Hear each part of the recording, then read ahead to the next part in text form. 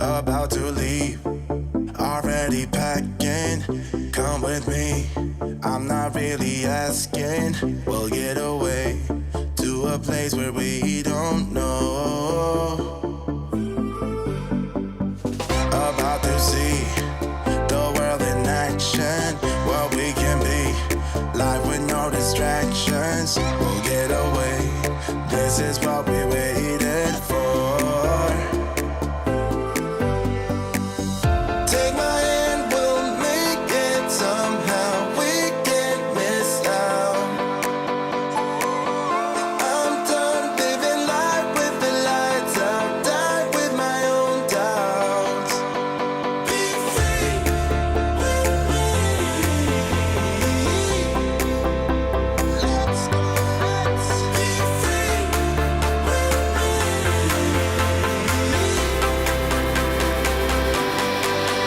Be free.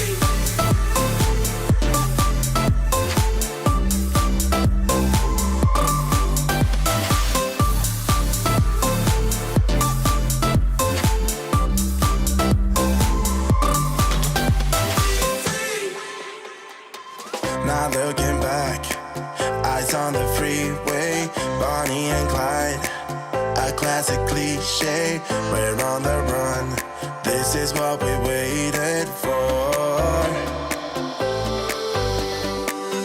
Take my hand, we'll make it somehow. We can't miss out. I'm done living life with the lights out. Die with my own doubts. Be free.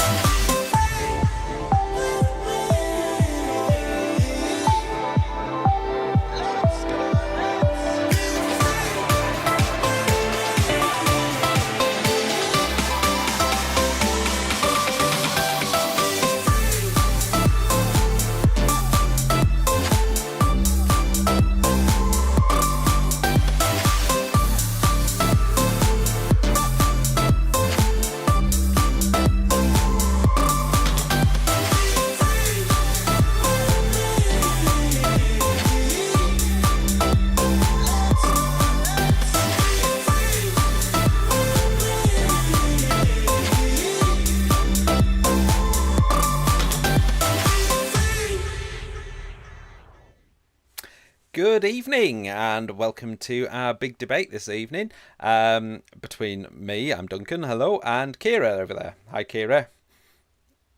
Hello. How you doing? You all right? Good, thanks. How are you? I'm very well, thank you. Yes. So our debate this evening is about whether the Prime Minister is too powerful. So we're talking about the office of the Prime Minister rather than specifically Rishi Sunak, although no doubt the powers of Rishi will come up in the discussion along with other prime ministers. You've probably focused on some specific prime ministers when you've been studying this during your A-level. If we talk about some others, don't worry about that.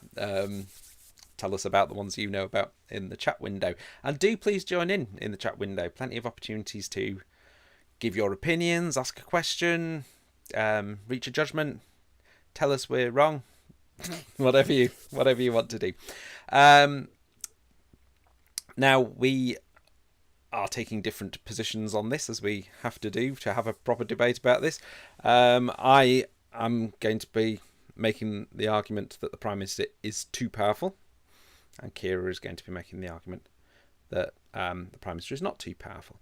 And I thought just briefly to sort of start with that, and I'll put a little heading up on the screen for those of you who are watching, issue about the Cabinet. I just thought a little bit of background, because quite a bit of my early political education took place by reading Tony Benn's diaries. I read them all cover to cover when I was a teenager, because that was the sort of exciting teenager existence I was living at the time. And he, along with another diarist of cabinets in the 60s and 70s, Dick Crossman, very much made this argument that there was prime ministerial government, that the control of of the executive was very much in the hands of the Prime Minister, and that actually this idea that there was collective cabinet government was something of a myth. That really the Prime Minister completely dominated it. And the irony, of course, is that the cabinets that they were describing, the Harold Wilson and James Callaghan cabinets, were much, much more collegiate and cabinet-like than the ones that have happened since under Thatcher, Blair, and all subsequent prime ministers. I mean, they met for hours. You'd have Tony Benn putting forward an economic paper, followed by Dennis Healey, and them having a massive debate about who was right and stuff. I mean, none of that happens in cabinet meetings today. And obviously, Benn and Crossman felt that this was still too top-heavy, too top-down, too dominated by the Prime Minister. I mean, what they would have made of, well, we know what Tony Benn made of the Thatcher and Blair governments. What they'd make of government today, what they'd make of, say, Johnson or something, would be fascinating.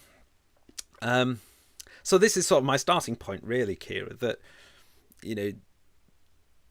eminent commentators on these things thought that the Prime Minister was too powerful right back in the 60s and 70s, going back earlier than that, the idea of a Prime Minister being an elective dictator. The Prime Minister has only got more powerful in that time. The office of the Prime Minister has only got more powerful. They've sidelined the cabinet to the point where it's essentially a rubber stamp. It just goes with what is told. They meet much less frequently for much shorter time periods. Quite often decisions have already been made by the time they come to cabinet. Is this a fair comment? It's a fair comment, and I think it's definitely true when looking at Tony Blair and Margaret Thatcher. But I think it's less true when we look at subsequent prime ministers. I feel like Tony Blair and Margaret Thatcher were almost a rarity in the sense of Tony Blair specifically, he had a 3-figure majority. And I think first past the post can in some ways guarantee that, but it's seeming like it's going to be less likely now, especially as the country is a lot more divided. So I think, yes, with Tony Blair, he did rubber stamp Margaret Thatcher as well, and maybe to some extent the coalition government. But we're thinking about the nature of parties. They can't just decide to put across policies that aren't going to benefit and keep the rest of the party happy. So Liz Truss, for example, she didn't appoint enough of a diverse cabinet, and that lack of diversity meant that she was Britain's shortest running prime minister. So they can't just ignore the different opinions of the party and the cabinet as well. Fair enough, although we could argue that Liz Truss is the exception rather than Blair and Thatcher. I mean, if we take, say, for example, Blair, although he kind of inherited his elected shadow cabinet for the first cabinet, and they had a few sort of lefties in it. After that, I mean, they were very much his part of the party. I mean, the only person from a sort of more kind of democratic socialist sort of left of centre position really in it was Prescott, and obviously he was directly elected as deputy prime minister, and you couldn't do anything about that, and he sort of sidelined him to a certain extent with some of the roles that he gave him even then. I suppose the counter argument, I shouldn't be giving counter arguments myself, but the one that people tend to use with Blair is Brown, of course, that they, although they were initially allies, they obviously weren't seeing eye to eye on everything towards the later period of Blair's time, and he didn't ever sack him. So that's that whole kind of, is it best to have people in the tent and all that kind of thing. But ideologically, they were still pretty close, weren't they? They were still the sort of New Labour, moderate wing of the party. I remember reading again in Tony Benn's diaries that David Miliband had an idea that Blair should appoint Tony Benn as into the cabinet as being in charge of constitutional reform, but it never happened. And I think that idea, on the one hand, you think, oh well, that would, it would placate people on the left. It would bring people into the tent. You'd have a united party.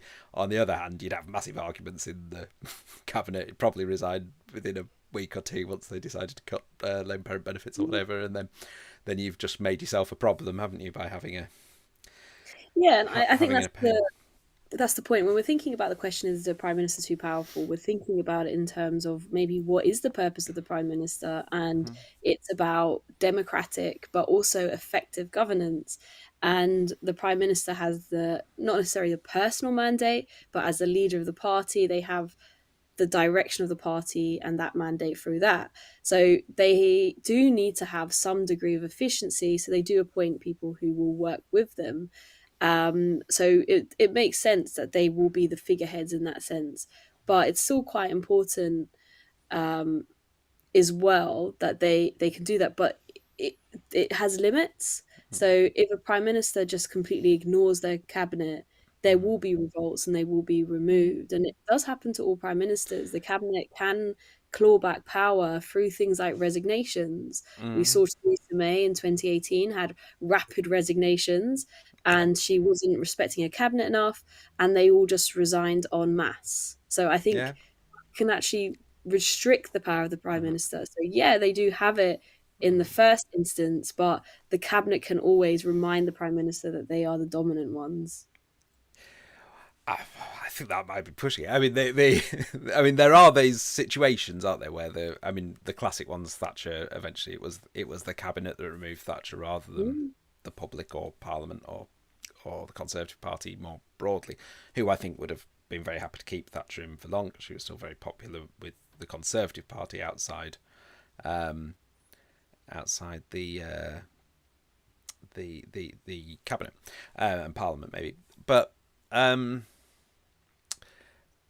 That is still the exception, isn't it? I mean, Mm. you know, because, and I, don't necessarily want to change our heading just yet. No, not that one. That one. No, it wasn't that one. I'll stick with the cabinet. I'll just leave it with the cabinet on because of the powers of patronage, essentially, in terms of the cabinet. I mean, they are. Yeah, the prime minister chooses that cabinet, so yes, they can eventually turn on them as they did. Mm. In those cases. But for the most part, the cabinet backed the prime minister because they got their job thanks to them. Any potential future promotions are going to be down to them, and so they only really tend to start revolting when they think that prime minister's on the way out anyway.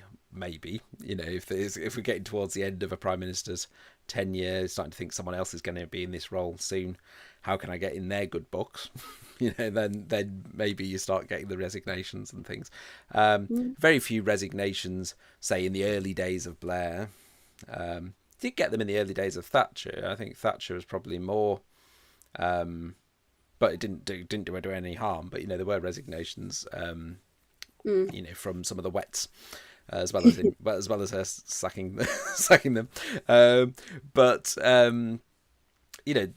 you think like Tony Blair, some very controversial policies quite early on, and I think Harriet Harman was not particularly happy about being the minister bringing in cuts for single parents, single mother benefits, considering the sort of political priorities that she'd had, prior to becoming a minister. But she didn't resign every.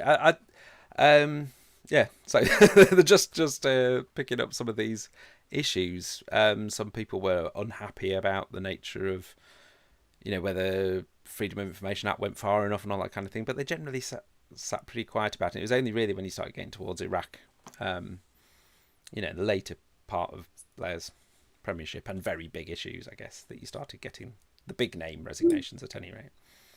Yeah, and I think it's also because the power of the prime ministers are limited by cabinet, but also one of the things that limits it is the popularity of the prime minister. So if cabinet ministers they want to maintain power, they of course need a prime minister that is popular with the people. Mm-hmm. So a prime minister can only kind of be a bit more of it, maybe a small dictator, elected dictator, provided they have the support of the people. And once that support starts to go, then we do see more rapid resignations. I mean, that was one of the main causes of May's resignations. So it's kind of, yes, there is a lot of power, but it can be clawed back if it goes against what the people want. So it's limited in the sense that we are still a democracy, and the Prime Minister really does rely on a public backing. And when we saw Boris Johnson lose his public backing last year in 2021 in terms of Partygate and the scandals around that, that's when the kind of ministers started to resign, and we saw just the way Sunak resigned, and that just clawed back the power of the cabinet against Boris Johnson. I think that is a fair point. Public support is a big thing.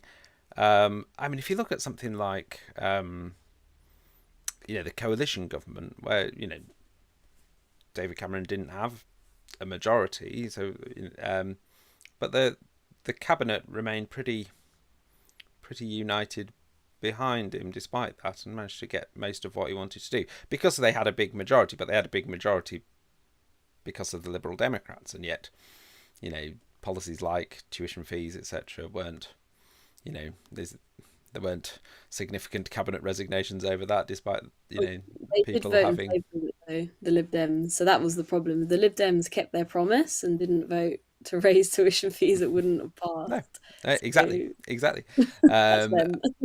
yeah, it is them, but that shows the power of the Prime Minister even in that situation, because there was a that was a situation where a section of the cabinet and a section of basically the government's majority could have said, well, actually we're not going to do that, and obviously they decided that keeping the government going was more important than keeping your word on those issues. But that does show power of the Prime Minister. I mean, I was going to say the power of the executive, but the power of the Prime Minister, because the Deputy Prime Minister presumably had a different view, and he had to make that speech saying he was sorry. Do you remember that one? Yeah. You can find that on YouTube with the musical backing done as a little song. Cassette Boy, was it? Yeah. It might have been, yeah. With Nick Clegg was interesting because I think that's separate, because he actually personally supported the rising of tuition fees. He just I think publicly did. Yeah, I think that is a big thing with that as well. Yeah, no, fair enough. So I don't know where the viewing and listening public are on that first bit of the debate there about the role of the cabinet and the extent to which the Prime Minister dominates the cabinet. I think there's some clear arguments on both sides. Of course, if this was an essay, at least certainly for an Edexcel A-level politics essay, you would need to be making a judgment on each of these little mini debates within the big debate, and deciding which way you came down on that, whether you agree with me or Ciara on this question. Interestingly, I think this is the classic question for this one. There's always a temptation to say, well, it depends, or maybe if there's a big majority and then the Prime Minister is very powerful, but not in others. You have to go a bit beyond that. So you would have to say either something like, because of first past the post, etc., there generally is a working majority for Prime Ministers, so for most of the time they have this power. Or you could say, in recent years, with things like we've gone through Prime Ministers very quickly since 2015. Maybe the Prime Minister isn't such a powerful office anymore, and but make that kind of continued conclusion rather than you can make the well, it depends point, but then you need to go beyond that and say, however, do come down on a side. Prerogative powers. Do you want to start on this one, Ciara? Although I suppose really it makes sense for me to start on it as a, suggesting the Prime Minister's too powerful again, and you can argue against it. So these royal prerogative powers are powers that constitutionally would have once belonged to a monarch. A bit like presidential powers in presidential type systems as well. There are powers that the kind of chief executive, the head of government has. And these are powers that one time the monarch had. Obviously, monarch has no real powers in our system anymore. And so those powers have become the role of the Prime Minister. So things like being able to declare war. These are big powers, to be able to declare war. Sign treaties. That can be huge. If you think about obviously we've left the EU now, but all those EU treaties, led to huge, constitutional and legislative changes in the UK, which could just be done by one person by signing that treaty. Lots of the patronage powers come under the royal prerogatives as well. Lots of people that the Prime Minister can appoint. Um, Dissolving Parliament, choosing when to hold an election. Obviously, that was briefly given away, that power. David Cameron gave that away with the Fixed Term Parliament Act, but it's back with the Prime Minister now. If Rishi Sunak wanted to call an early election, he could do. Not sure he will want to.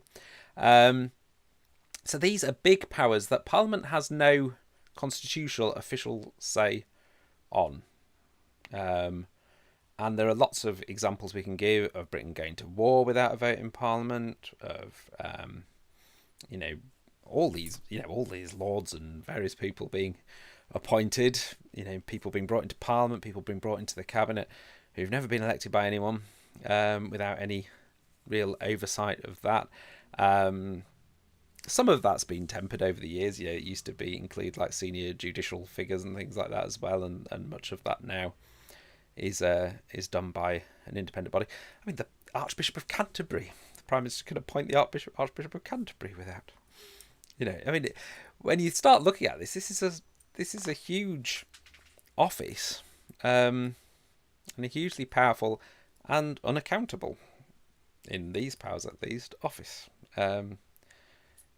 We wouldn't tolerate a monarch having these powers. We tolerate the Prime Minister having them because they are democratically elected, supposedly. But then, the last two weren't. And it isn't actually, is it? It's the leader of the largest party. It's not like a president who we might think, oh, well, by being directly elected president, we're going to give those people certain powers within the system. These are big unaccountable powers that someone has got just because they're the leader of the largest party in Parliament at the moment this week. This week. No, I think you've made some very good points, and it is interesting. And somebody just wrote in the comment that is the PM more powerful than the US president. I'd say technically, in many ways, they do yield a lot more within that country's constitution. Yeah, I mean, on a global scale, the president, because America has more global power than is irrelevant. Yeah. But yes, as a constitutional role, I think it would be true to say that in terms of constitutional power, there are more restrictions on the president, aren't there? There are more checks and balances on a president than there are on the Prime Minister. Yeah, that's true. So technically, the Prime Minister can yield more power within the country, but also in terms of foreign policy as well. Yes, in principle that is true, but in reality, I would argue probably not. I'd say as well, like, one of the things is to do with this is the Constitution. So the American president has a lot of power because has a limited power and checks and balances constitutionally defined. And in Britain, our constitution is unwritten, it's uncodified, and so there's not like a set limit to prime ministerial power in the same way as there is in the US.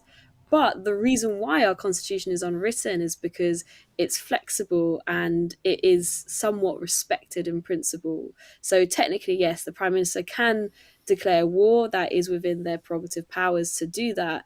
Realistically, they won't necessarily do that. I know Tony Blair did. But because Tony Blair did it... Well, to be fair, there was a vote on Iraq. So they did have a parliamentary vote on the Iraq war. Tony Blair, I think, did do it on some other conflicts, but with airstrikes, right? Yeah, yes. So we see that case. So Tony Blair and obviously the Iraq War left quite a bitter taste in the population's mouth in terms of that decision. So what happened is, because our constitution is flexible, subsequent prime ministers are quite careful with airstrikes or any sort of use of hard power abroad. So we saw David Cameron wanted to do airstrikes on Syria in 2013. He had every legal right to do that without consulting Parliament. But because of the legacy of war in this country, he decided to talk to Parliament about it or ask permission from Parliament. And Parliament said no. He could have ignored that vote constitutionally, but he decided not to. He decided to listen to Parliament. Theresa May also, after she performed airstrikes, she did consult Parliament technically afterwards. Well, yeah, it was afterwards, though, wasn't it? Yeah, she can't take it back. But I think it still shows that Parliament is seen as maybe the more legitimate body when deciding on war, rather than just the Prime Minister. But it is. I mean, I do sort of reiterate that point about afterwards, because there have been a few cases where there's ended up being a parliamentary debate and a vote after troops have been committed or after airstrikes have carried out, and in those situations, it's very unlikely Parliament will take a different view. There will be some MPs who tend to always vote against military action, or either because they've sort of pacifist views or strong political views on issues of foreign policy. But the vast majority of MPs who may have been quite sceptical of military action will tend to vote in favour of military action that's already happening or happened, as a sort of, well, because otherwise it seems like you're not supporting the military, and that can be an unpopular position to take. So I mean, that's, in some ways, that's a power of the Prime Minister, isn't it, that they can manipulate these votes quite cleverly. And I don't want to sort of spill over into the legislation sort of topic, which I'm sure we'll come to after this, but there's also situations where ministers and prime ministers have turned a vote on military intervention into a vote of confidence. Tony Blair said, without kind of it ever being formally announced that the vote on the Iraq War was a vote of confidence, he allowed it to be known around the Parliamentary Labour Party that if he were to lose it, he would resign. I don't know whether that's true, or whether he would have done, but that was certainly the message that the whips were giving to wavering Labour backbenchers on the issue of the Iraq War. And again, that's a big power, because suddenly saying, well, what would happen in a general election now? Even though they had a big majority, because of the unpopularity of the war, in fact, on that case, some of these MPs might have found themselves losing their seats and losing their jobs, and that could be quite a significant factor in how people vote. The David Cameron one's an interesting one, because there is another potential argument there that essentially he didn't want, because I suppose the thing with Tony Blair is, it doesn't show limitations to the Prime Minister's power, because obviously he did it, went ahead, got, even though there were huge marches and everything, carried on doing what he wanted.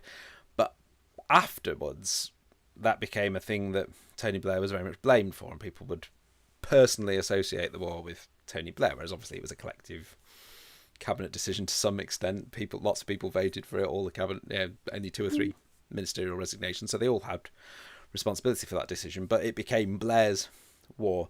And so I do feel there was a bit of a feeling on the part of Cameron to share responsibility, and wasn't necessarily too unhappy not to go ahead with it.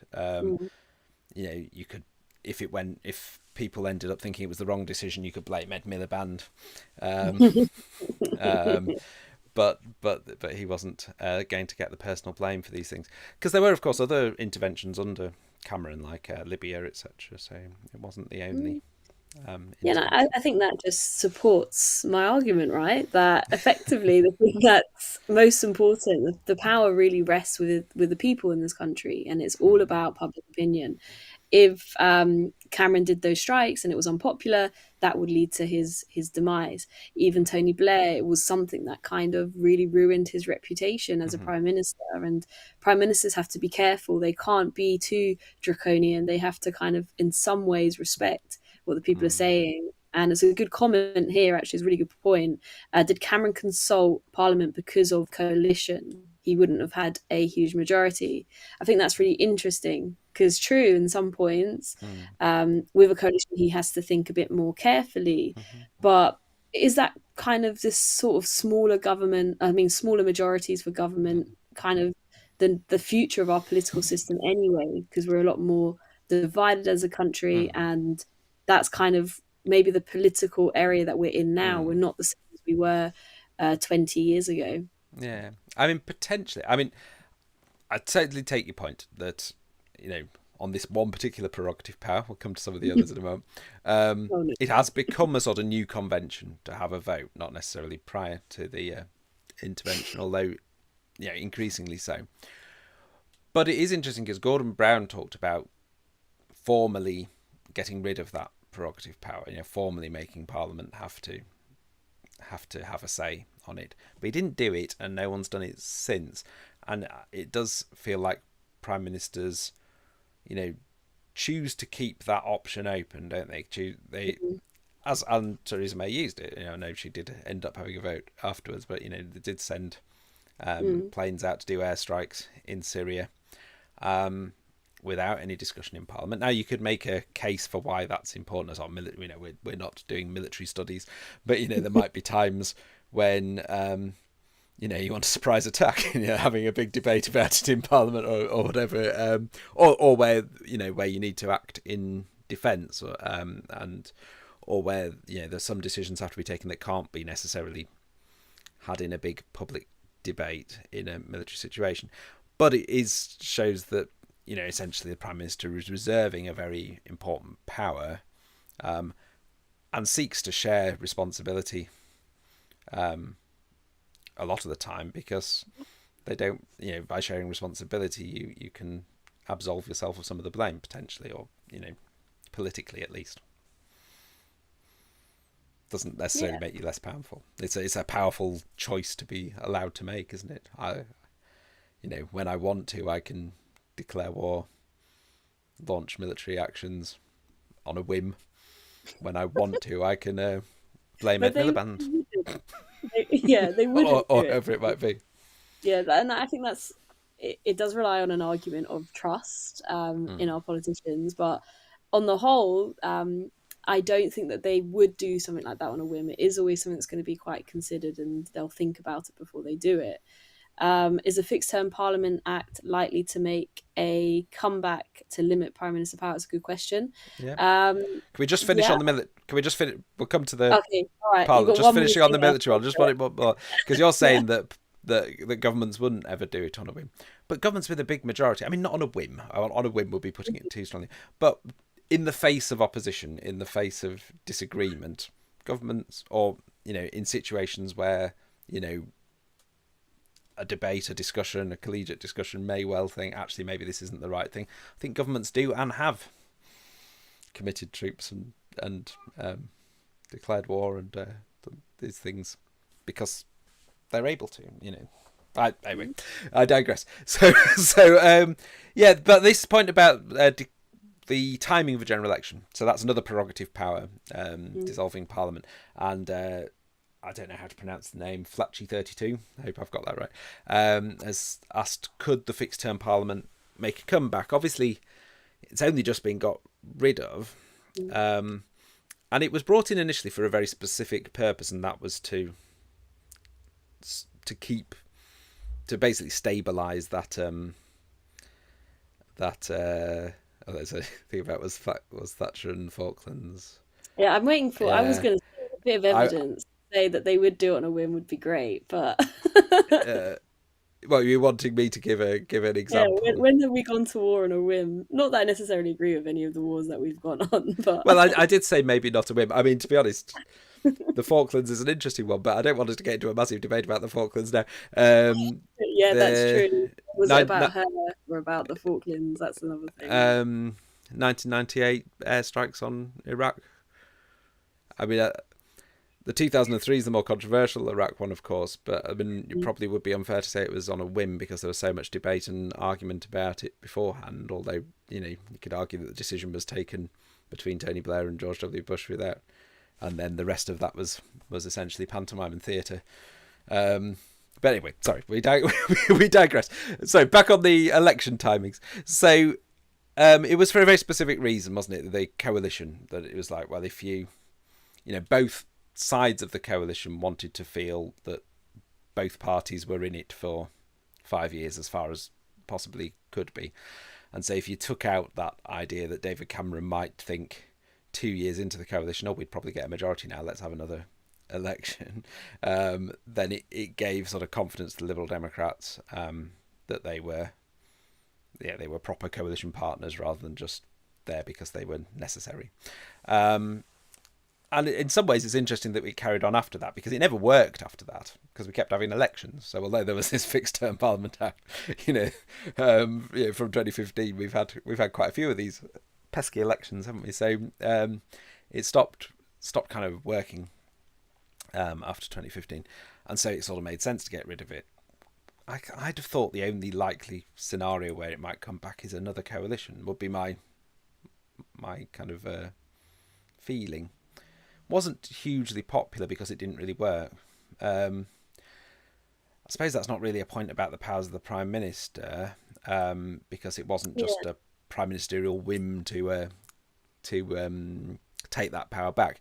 Because once there was a Fixed Term Parliament Act, then that act had to be properly repealed through Parliament. So although, prior to 2010, the date of general elections within the 5 years was a prime ministerial power.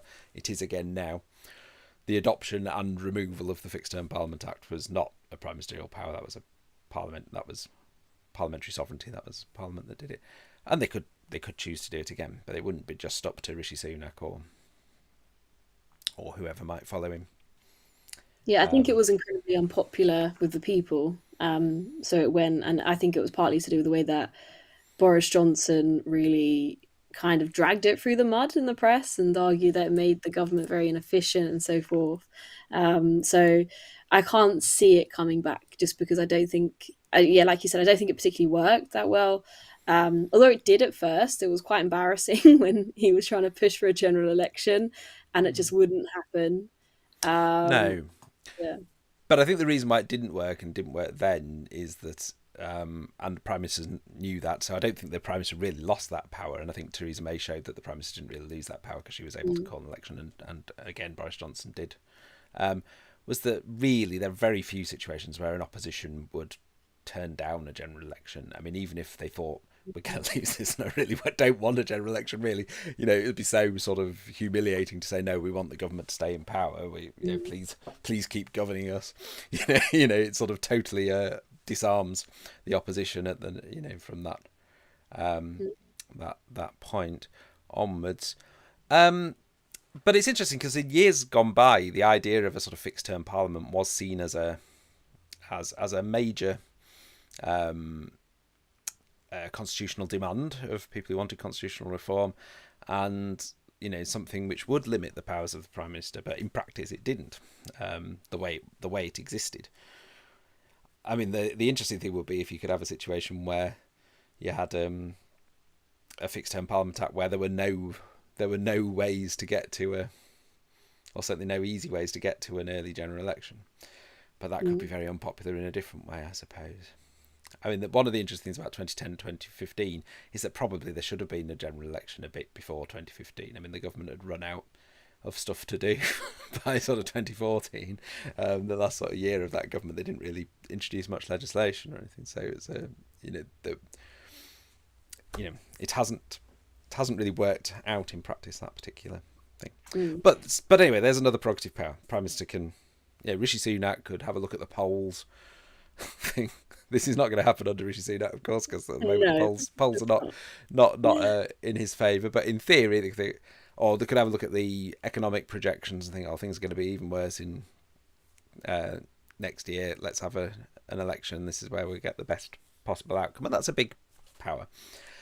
But you could even argue Parliament could call an election if they wanted to anyway. They can have a vote of confidence in the Prime Minister. They could make an argument that they don't have faith in Rishi Sunak and call a general election. So it kind of can go both ways too. The Prime Minister's not that sturdy. But that won't happen, will it? It wouldn't. There have been a couple of examples, I suppose. 1979 of vote of no confidence leading ultimately to a general election. But generally speaking, governments have majorities, and so everyone rallies around. When people were looking at, particularly over the Brexit issue, and what are the routes to potentially, to avoid a no deal Brexit was the debate at the time, and so it all seems a long time ago now. It wasn't really; it was only a couple of years ago. The discussion about how Parliament could could engineer a change of government, was had, and it was actually a lot more difficult than you might imagine. There was a majority against a no-deal Brexit within Parliament, but there wasn't a majority for an alternative government. And that's likely to often be the case, I should think. Yeah. And there are these other prerogative powers as well. I mean, powers of treaty doesn't feel quite as big outside the EU as it did in it, because some of the biggest examples of powers of treaty sort of limiting other parts of just seen a comment there, patronage powers discussed. We've talked a bit about patronage powers, we'll talk a bit more in a minute. I think the power of treaty can still be a big thing. Obviously, this won't happen, and I suppose a lot of these things are about the theoretical powers of prime ministers versus the actual, in reality, powers of prime ministers. In theory, we could have a general election in 2 years' time, different prime minister come in and decide to sign a treaty with the EU and rejoin the EU without a referendum, without a vote. They could do, yeah. Yeah, there's nothing constitutionally preventing them from doing that. There's a lot democratically and politically stopping them from doing that, but not constitutionally. And then another prerogative power, as mentioned in there, is patronage. Lots of the patronage powers, come there. And there's a big, again, the Prime Minister could flood the House of Lords with supporters. Yes, technically they could, but I think, again, it has its limits, because there is transparency in the sense that we know who's being appointed and things, and because Parliament might not have prerogative powers, but it does have the power to call the Prime Minister to question. So we're thinking about PMQs, it's the opportunity to shed light on any appointments that a Prime Minister is making. And if they flood the Lords with loads of people and then make them ministers in the cabinet, those things will be questioned. And you also even have the liaison committee as well, which does question the Prime Minister to ensure that things are above board or democratic. So yes, they could technically do that, but I think the other things and checks and balances try to reduce the opportunities for that. How effective are these checks and balances, though? I mean, ultimately what has prevented prime ministers doing from literally whatever they like has been eventually their own party removing them and replacing them with someone else for the reasons that we've talked about already. I mean, Boris Johnson was not particularly swayed by Supreme Court judgments, arguments in parliamentary committees, even police investigations. I'm Prime Minister, I'll do what I like. And it was, his own MPs ultimately that sort of put a halt to this, with a view to making someone else powerful instead. To create another powerful Prime Minister. Yeah, that's true, but I think but that's not something small. So in terms of the judicial reviews and Supreme Court decisions, Boris Johnson did have to step back and respond to them and listen to them, because it would be incredibly anti-democratic if he didn't. He didn't technically legally have to listen to them, but he did because of that. And a party overthrowing or removing their prime minister isn't something small, and yet that is actually the only mechanism that you can really get rid of a prime minister, but it's the most powerful one anyway, and I think it is and it is a limitation on the prime minister's power. I'll agree. Yeah. I mean, just on them responding to things, I mean, even go back to the sort of the Blair government, and obviously the Supreme Court, or prior to that the Law Lords, did put some restrictions on some of the anti-terror legislation that they wanted to bring in, like how long they could detain people for, and that sort of thing without trial. But what tended to happen then was that they'd find a way around it, rather than it being like, oh well, we can't do that then because that's unconstitutional. That goes against the Human Rights Act. It'd be like, oh well, if we can't do that, then we can put them under house arrest and do. They try and find ways to still get the same outcome, if you like. And of course, just like with Boris Johnson was, saying, really critical of the judges, saying that they were saboteurs, and I think Theresa May even used that sort of language, didn't she, about judges in relation to Brexit. You got the same sort of language being used about judges over, kind of security, anti-terror type legislation in the 90s. There's an interesting one in there about Cameron didn't have to accept the Brexit referendum. Technically, that's true. Yeah, technically, politically I did. think technically is a good word. Technically, the Prime Minister is too powerful. Politically, they're not. Yeah, and that's an interesting discussion. There is also.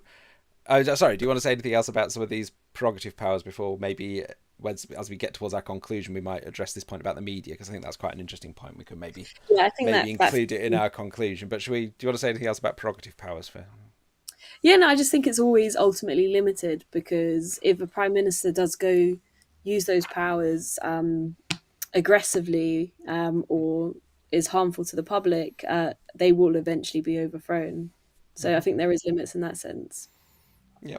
Okay. I mean, just on a sort of point about the media, I think possibly there might be more on your side of the argument on the media one, but we'll go with it for a second.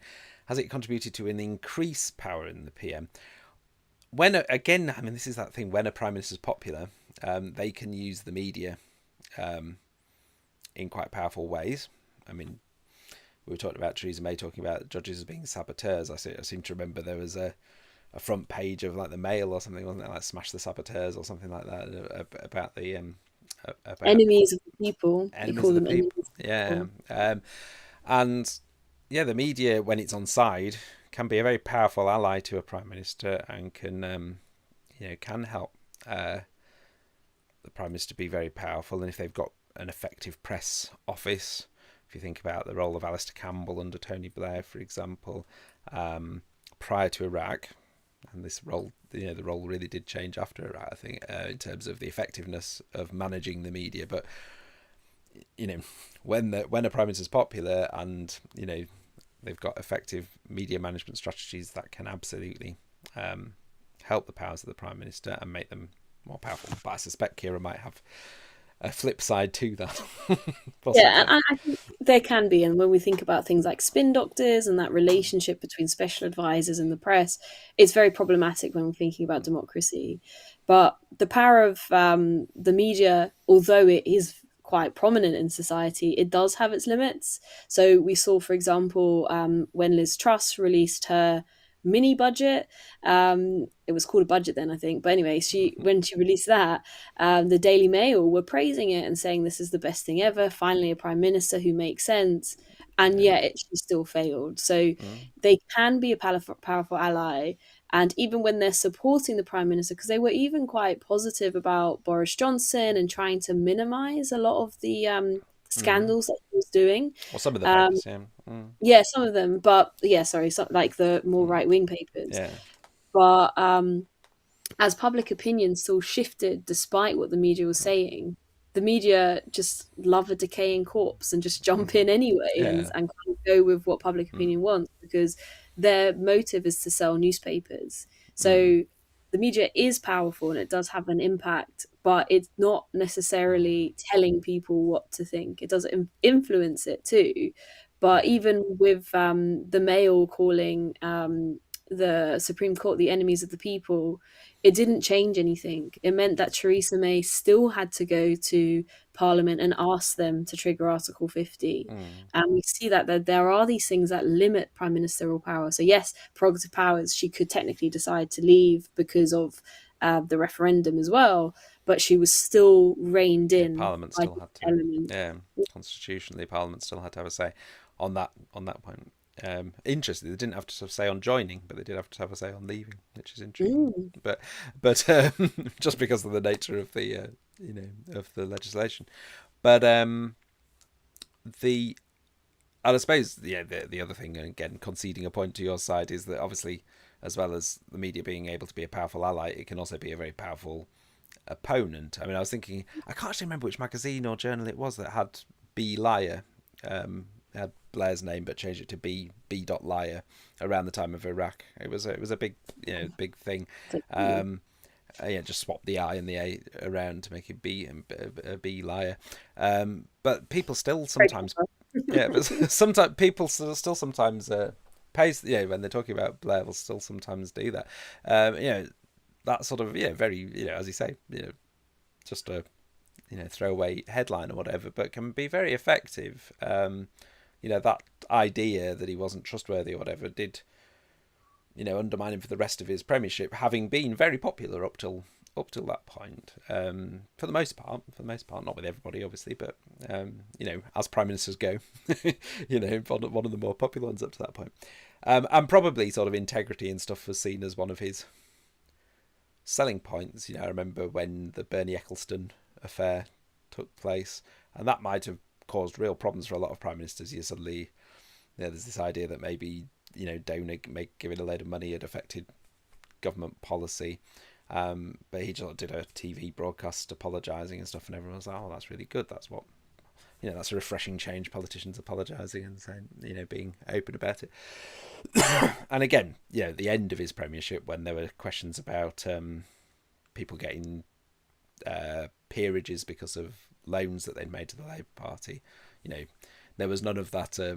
Oh, what a refreshing change! Tony Blair's telling us about this. It was like, oh well, that's just what we'd expect from him, corrupt liar or whatever. And that was partly a media. I mean, he brought it on himself, you could argue, but it's partly the way the media presented him in the last 3 or 4 years of his premiership as well. And similar with Margaret Thatcher, things that were seen as a positive early on, like being very certain of herself and sure of herself and making kind of strident statements towards the end of her premiership, that was seen as a sort of we don't want to see that kind of thing. She starts to sound like a dictator, or she thinks she's the queen or something. People's attitude changes. And I think the same thing. To wrap this kind of criteria, this part of the argument of I'm going to use what Flatchy was saying. So yes, prerogative powers technically make the prime minister very powerful, but practically they can't be just used and abused. There are limitations to them. Okay. And I think that's true. And this is actually one of these problematic questions, isn't it? Where, yes, the prime minister is too powerful. I know the prime minister isn't powerful enough. Isn't really quite enough. But we do have to. And that's what's good about the exam questions. Actually, they're very extreme. So because they're extreme, it's quite easy to take a position on it. So catastrophize the argument. That's how you kind of win it. The newspapers. So I'm going to, my conclusion, if it was my essay and I was concluding it's going to be the prime minister is too powerful, because most of the time the prime minister has a large majority. Historically, that's been the case. It's likely to. I mean, actually, still has a decent majority. At the moment, it's Boris Johnson's majority, but we don't. It's does still have one. And there are lots of these powers are kind of on paper, and they won't necessarily always use them. But the potential to use them is a powerful thing in itself. And the powers of patronage often means that people will do what the prime minister wants without the prime minister actually having to kind of force them to, because they want promotion, they want to keep their roles, they want to stay in office. So that would be sort of how I'd conclude it, along the lines of the prime minister is too powerful. Do you want to do a quick concluding statement, Ciara, and then we'll put it to the vote? Don't know how many people are going to join in with a vote, but we'll have a quick go. So I'd say that the prime minister, in terms of electorally, when it has a majority, they can actually pass things fairly easily. But that only depends on the fact that that's what the will of the people is, because they were elected. So that's a democratic right that they have. I'd also say that patronage is a limited power, in the sense that they are not able to just appoint whoever they want. Whenever prime ministers like Liz Truss have done that, they've failed.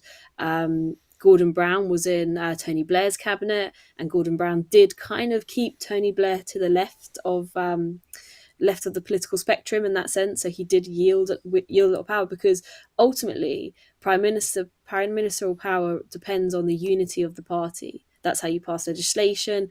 That's how a party is effectively effectively governs.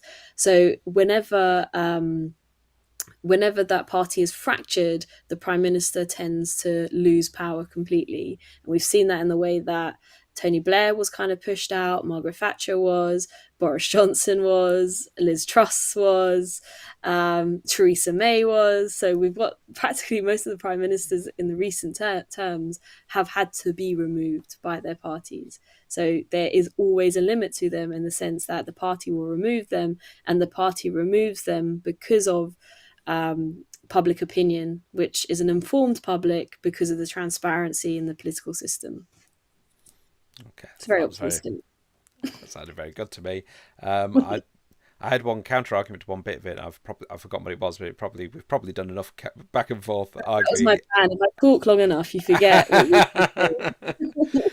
Well, actually, it was one, but to a certain extent, I think you've already done the counter argument to my counter argument, which was, of course, Boris Johnson, with basically kicked out a significant part of the Parliamentary Conservative Party shortly before the 2019 election. A lot of the the Remainers had the whip withdrawn, and so were replaced by other Conservative candidates in the election that followed. He has gone now, but it that didn't stop him winning a big majority. Admittedly, he's gone later, but that was because of other things, really, not because of that. So, to a certain extent, prime ministers, and I suppose we could say leaders, based on what's happening across the chamber at the moment, can, to a certain extent, shape their parliamentary parties in their image if they choose to. It's not actually a fairly rare thing to happen. I mean, for the most part, leaders don't interfere too much with the selection of candidates, etc. But both parties have done a bit of that in recent times. That's a different issue, really, isn't it? But does potentially contribute to the power of a prime minister if they've got a largely agreeable set of MPs, not too many rebels. Anyway, that's which didn't work out for Boris Johnson. Be interested to see if it works out for others, should they become prime minister. I don't know who I'm talking about. So, what do we think, people watching? You don't have to say that one or other of us won, because obviously we were conceding each other's points quite a lot. Yeah. But yeah, which side of the argument would you, if you were forced to come down one side or the other, and you are, not now obviously, but if you were writing this essay you would be, which way would you jump? Do you think the Prime Minister is too powerful or is not too powerful? Oh, sorry, there was legislation as well, wasn't there? But we've run out of time. But we've talked about it, I think, in terms of majorities and keeping the party together and all that kind of thing. I think we have covered that. Where do we think?